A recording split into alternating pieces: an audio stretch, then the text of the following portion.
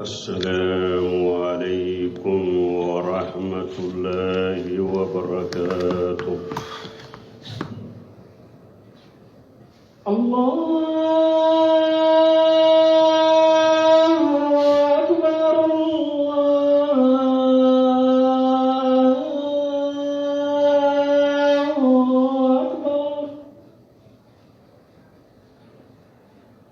الله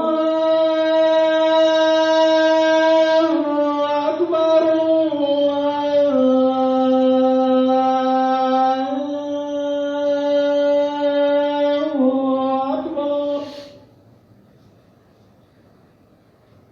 أشهد أن لا إله إلا الله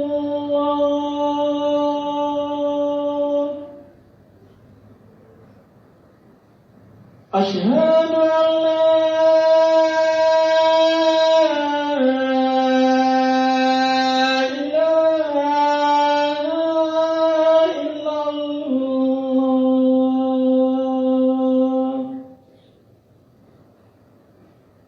أشهد أن محمدًا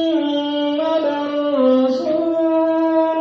الله أشهد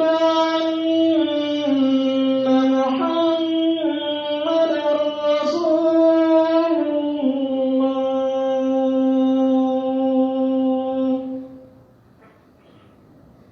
حي على الصلاة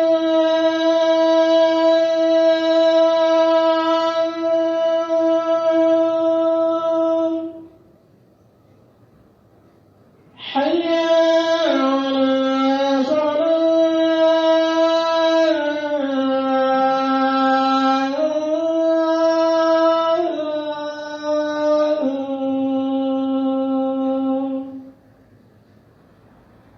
حي على الفلاح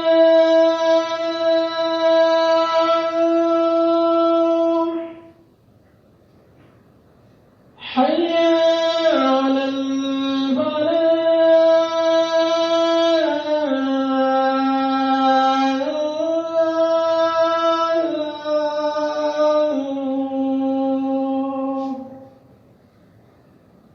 الله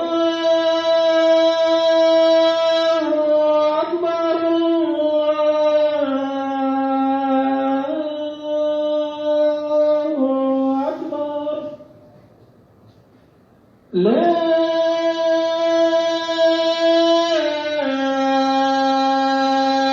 إله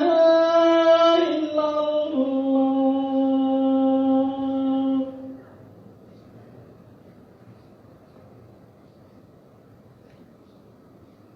إن الحمد لله نحمده ونستعينه ونستغفره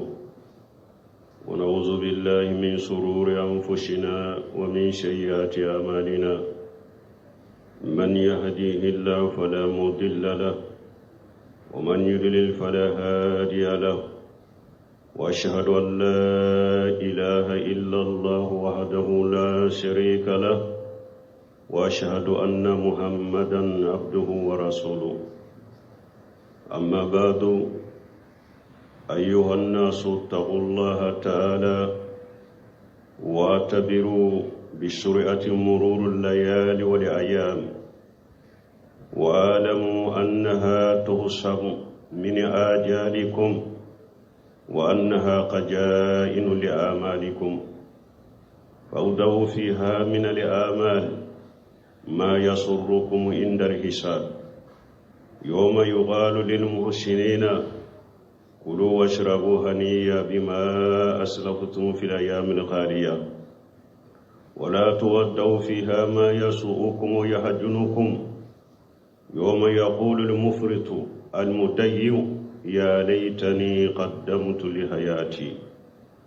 أمبي على تنو أمبي يا فدلي أمبي أنيني على في أكان كشي كباني ركون تورو منان كبارا جبو ni alay jom min kanda ode kanda bagay ni alay jom min fili kanda bagate sorola ambe seriya ma site minni bato ciala makka kani ala kelempe ute ya nyonte alala ambe seriya muhammad wala ka jondo wala ka cidendo kisini nema baka no temena ka boy hadama de wa yesira lanye masamin korta lendo akata shi su be teliya ka teme chogomi ani tilew teliya li ka teme chogomi ayeta sinai akado su teliyali min fulani nye na be teme ani tile ube jate akalla jaludera akado fana akabara ka keshude do sunu tile boli min fulani nye akabara ka keshude do aye bara do aka keshu kono bara mi koroshili do na be ni sonjanaye don min n'u b'a fɔ mɔgɔ ɲumanw ma a ye min a ka dumuni kɛ nɔgɔya la tile minnu tɛmɛna n'a ye baara ɲuman minnu kɛ o sababu la a kana fɛn dɔ a ka baara kɛsi in kɔnɔ baara min bɛ aw nisɔngoya n'a b'a la hujunu don min mɔgɔ min y'a yɛrɛ bila ka faratu n'a b'a fɔ hari tun ka dɔn tun bɛ baara ɲuman kɛ k'a bila bin dɔ in ka ɲɛnamaya ɲɛ balimaw ibadallahi qala ta'ala inna anzalnahu fi laylatil qadr wama adraka ma laylatul qadr khayrun min alf shahr tanazzalu al malaikatu wa ruhu fiha bi'izni rabbihim min kulli amri salamun hiya hatta matla'il fajr akado ala masamin korota lendo ako aka qur'ana bayin kono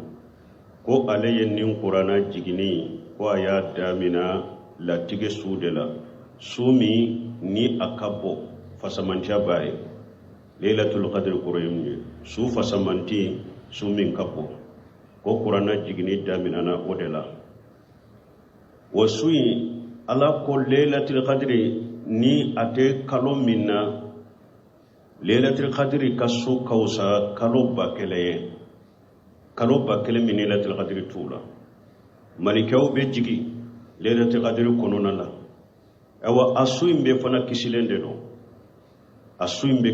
do fo kata fajiri kenechi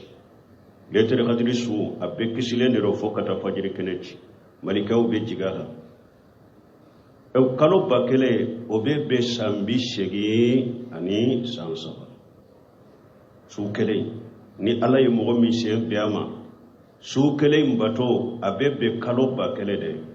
kelen bɛ bɛn san 80 ni san 3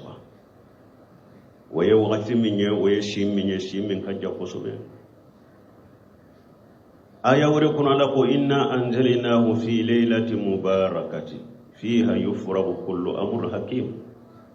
ala ko ale ye kuranna jigili damina su de la su min hɛra ka ca wasui ala be koko ye kola tigele ye ala bolo aba abetila wasui nde kono kata salo lailatul qadri kana nyina lailatul qadri mugo tumbe la tige tumbe mugo min soro ala ya bella tiga tunya betti malikewma ni nyina fana lailatul qadri na kera suminna samu men kala tige be ala ba betta ka betti malikewma ala be ko latige kono balmo lailatul qadri abe sungalo de la sikatola mechire sallallahu alaihi wasallam ko taharru lailatul qadri fi asr al awakhir min ramadan muntafaq alayhi ciden ko lailatul qadri aya nyini sungalo tallabanna na chogo dola taharru lailatul qadri fi witri min asr al awakhir min ramadan muntafaq alayhi na chogo dola ciden ko lailatul qadri jatemina tallaba sumunu nye wotiriye ay lailatul qadri jatemina kudula mugani kele mugani saba mugani wolon fula mugani kononto hadisa do yofo hadisa do fana ko wolon fula laba min beto mana ni mugani saba kera wolon fula laba min beto hadisa do la ko laylatul qadri aka nyini ola ala kulli hala be tallabain de la tallabain munu fana ka su na gele ale no ko abu kono waye wotiri nununye cide nyere sallallahu alaihi wasallam balima sungalo da ba yire jija tan folo aba yire jija tan fulana aba yire jija me atumbe yire jija minke tallabala atake sungalo tola wani aisha radhiyallahu anha qalati كان رسول الله صلى الله عليه وسلم يستهد في رمضان ما لا يستهد في غيره ويستهد في أسر الأواخر منه ما لا يستهد في غيره رواه مسلم أما عائشة ko ciden tumbe yere jijam minke sungalo la kwa tunta ke sankalo towla ko sungalo tallaban fana ko abe yere jijam minke ola kwa tunto fana ke sungalo towla donc ni yayirana ko cide tallaba kata tanfolo tanfulana ciden tumbe bato munun ke ni tallaba nana ciden tumbe do fara bato ka a tumbe do fara yere jijani bato ka tallaba ina wodi yato an ba isha to ka hadisa wure nana ako kana rasulullah sallallahu alaihi wasallam ya dagara li asru ahya layla kullahu wa yaghaja ahlahu wa sadda al mijar muntafaq alayhi an ba shi tuba hadisa wurin nana ako ciden tunkera ni tallaban donna ko aba su be de nyana ma alai aba kaddemba yakunu epi aba mabbo musawla ka yelema misiri kuno ka su be nyana ma ka kaddemba yakunu tuma mi an ka kramo ke sheikh salih fawzan ayenni hadisa ufo ka kutuba kono ako sungalo tallaba ako an ka terewihi ke su folola an ka tahajjudu ke su labanna ako paske cide tallabana tumbe do fara ka batoka kateme sungalo toka ako sheba ufana yomina cide mbolo ako kata sheba ula ani tabinau ako ni sungalo tallaban donna ube tarawihi ke ewa su folola ube tahajjudu ke su labanna ako sebo tumbo ke tabina ubo ke tabina ubo ko nu tumbe cide la tege awa ko alimamiu ka tarawihi sallini mo yesu kun folola u ka tahajjudu sallini mo yesu labana ko kana mo ko mantiya hera la de ako sauba tumbe se selamo tumbo ode ka sebo tumbo de ka kata sebo tilefo an tile sisa ako de tumbe selamo bolo almami ka tahajjudu ke ka tarawihi ke ni mo yesu kun folola o ka tahajjudu ka labana abe kuma ko qila khala min be fo ko tarawihi ibeda odela ite tahajjudu faraka ube tahajjudu ibeda odela ite tarawihi faraka akon ni nyem mo de ka kuma ye munu be doni wele katu yerema kasoro doni tu bolo donc ko sunna ye min ye tarawihi be ke tahajjudu be ke silamon ko ke ukana mugo kumantiya barajila misiru kono awambali mawo nafila doron jidili tede ewa hari hera mugo min tumbe fonan shiriya minna tallaba inna do faraka de sungalo tamfulo ye fonan shiriya minke atamfula na ye fonan shiriya minke tallaba do faraka wani ibn abbas radiyallahu anhuma قال كان رسول الله صلى الله عليه وسلم أجود الناس بالخير وكان أجود ما يكون في رمضان حين يلقاه جبريل وكان جبريل يلقاه في كل ليلة من رمضان فيدرسه القرآن قال رسول الله صلى الله عليه وسلم حين يلقاه جبريل أجود بالخير من ريح المرسلات رواه البخاري ابن عباس أكو جيدن تنكرا ko fonnan shirye do kateme beka ko me ciren ka fonnan shirya ko atumbe walagata sungalo de kono atumbe jiri sungalo kono ko wakati minnani jibrilu be nyogon kumbe nyogonya ako suosu sungalo suosu jibrila ni ciren tumbe nyogon kumbe nyogonya jibrila be ciren la kara qur'ana la ako ala ka cide tumame ani jibrilu be nyogon kumbe nyogonya ko ciden ka fonnan shirya katelini hera keliye kateme finye cilenga fonnan shirido abeteliya ka hera ko ke kateme finye cilenga donc hada madau tallaba min fule na be nyashi amma yere jija ka ke bato munun tumbe ke nafila min tumbe ke ka koro sufira la do faritaka kire tumbe sube de nyana maya ika do fara itaka anana ba hurata ka hadisala ako qala sallallahu alaihi wasallam man qama laylatal qadri imana wa ihtisaba ghufira lahu ma taqaddama min jambi kire ko laylatul qadri su ni mo min nya jo junubu min temenela junubu mise min temenela kata sanga salo kalletul qadrina fo nyinanta alaba be ya faye man qama laylatal qadr imana wa ihtisaba ghufira lahu ma taqaddama min jambi laylatul qadri su niya jo illi manen doni alaye iya ke fana kajjate min ala de bi sarala junubu temenay bolo junubu misala ba ya fa hadisa wure nana ko man qama ramadana imana wa ihtisaba ghufira lahu ma taqaddama min jambihi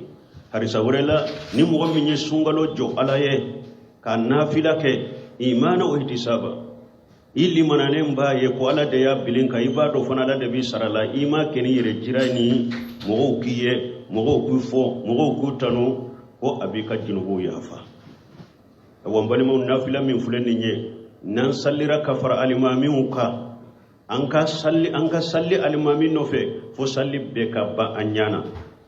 ni alimami terwihi salli ibe fasawfini wotiri iba be salli alimami nofe ite sigi ka to salli la ikana bo kata ka to salli la parce que jiden ko sallallahu alaihi wasallam idha qama ar-rajul ma al-imam hatta yansarifu kutiba lahu qiyamul layla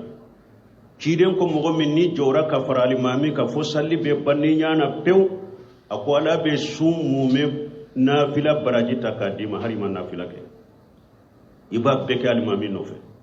wana yasuru misru do ya fahamu uye nyogon fahamu wala tallaba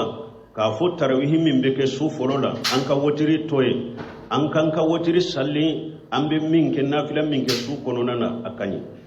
ni misiri min benna nu benna ka ko ke ko kani ni misiri min mashe ko ke fana min be tarawihi salli na ye wotiri salli anofe ni ye wotiri salli anofe si konona na fana alimami min be wotiri salli ni ye wotiri donna anofe wotiri la e ka doni fulanga ni ay no ye salamu bila e be wuli ka kelen faritaka abiki bolo safu ye basi tola ube na kadiye fana su kun folo la tarawihi alimami min be wotiri salli ni be do onofe wotiri la doni fulanga ni ay no ye salamu bila ete salamu bila ibe wuli ka kelen faritaka abeki bolo fulaye ka ke safuye bo sul laba ibe wotiri sali wali mami nofe nin kelen ni yake basitala a'udhu billahi minash shaitanir rajim wala tubashiruhunna wa antum akifuna fil masajid tilka hududullahi wa fala taqrabuha كذلك يبين الله آياته للناس لعلهم يتقون بارك الله لي ولكم في القرآن الحكيم ونفعني وإياكم بما فيه من الذكر الحكيم أقول قول هذا واستغفر الله لي ولكم رسائل المسلمين من كل جنب واستغفروه إنه هو الغفور الرحيم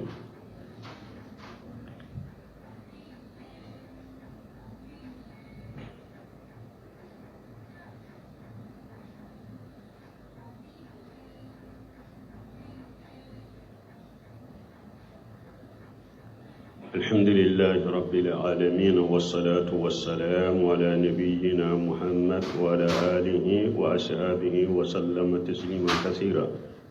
أما بعد قال تعالى ولا تباشروهن وأنتم آكفون في المساجد ni aya fana be itikafu de kofo ya do sungalo tallaba kide anana Abdullah ibn Umar bolo anna Abdullah ibn Umar radiyallahu anhuma qala kana an-nabiy ya'takifu asra al-awakhir min ramadana muntafawali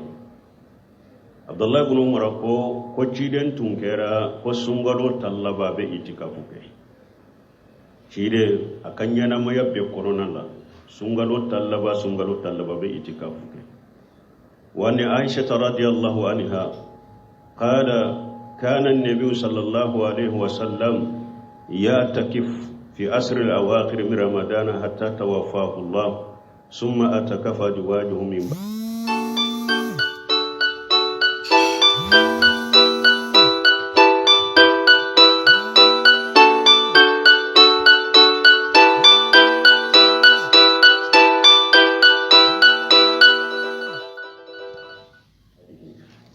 متفق عليه. أما عائشة فنقو وجيدن تنبه itikafu ke sungalo talaban la fo kata fatu ko aka muso fana ye itikafu ke akofe donc ya irana ko sunna do itikafu sungalo talaba kayelema misiri kono kilam kolonya bato doron kama itikafu yode kayelema misiri kono bato kama jiden tumba ke abi hurata ka hadisala ako kana rasulullah sallallahu alaihi wasallam ya takif في كل رمضان 10 أيام حتى كان العام الذي قبض فيه اعتكف 20 يوما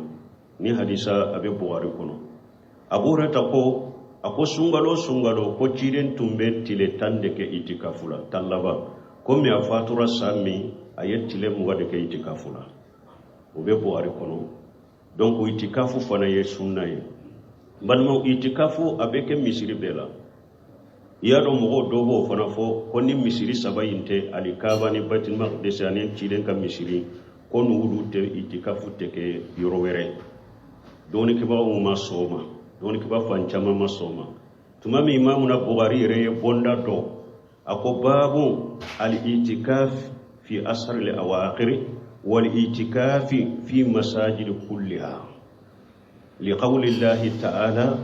ولا تباشروهن وأنتم آكفون في المساجد إلى آخر الآية. تمامي بغارية بوندا دو أكون نيني بوندا إتكافو سنغالو تلابالا أني إتكافو أبيك مشيري بها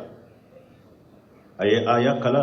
ألا ولا تباشروهن وأنتم آكفون في المساجد أكوا كنا أكا موسو كفو نيغنيا دي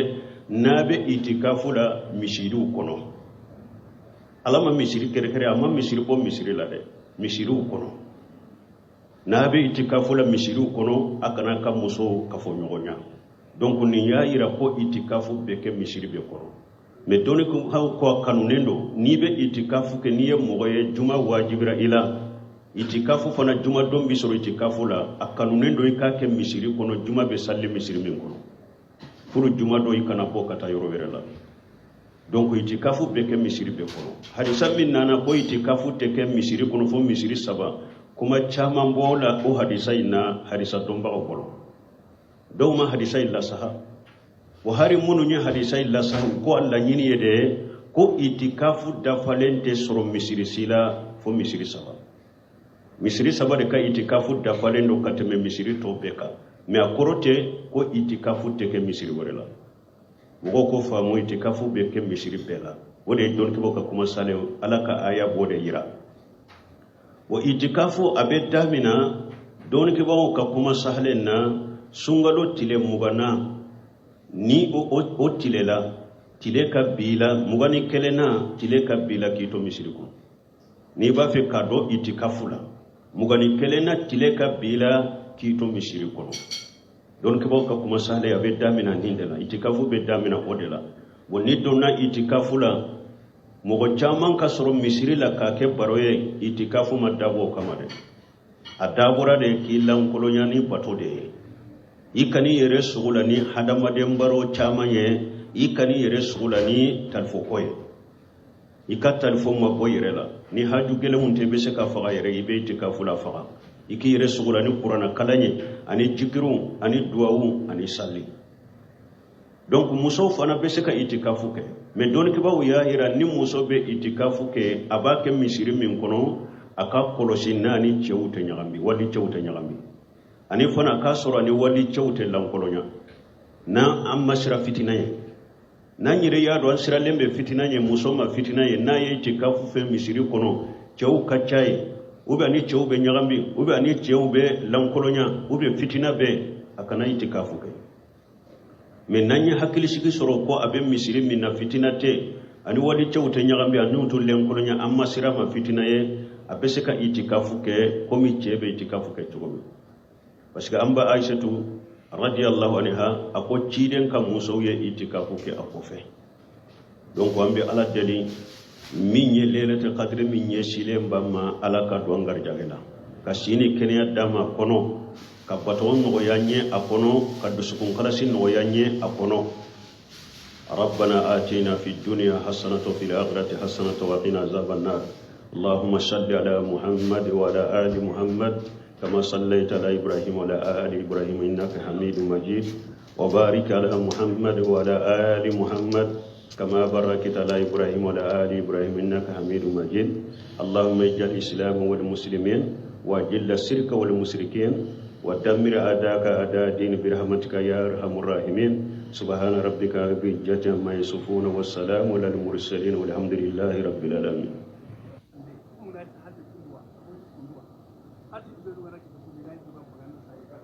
Parece que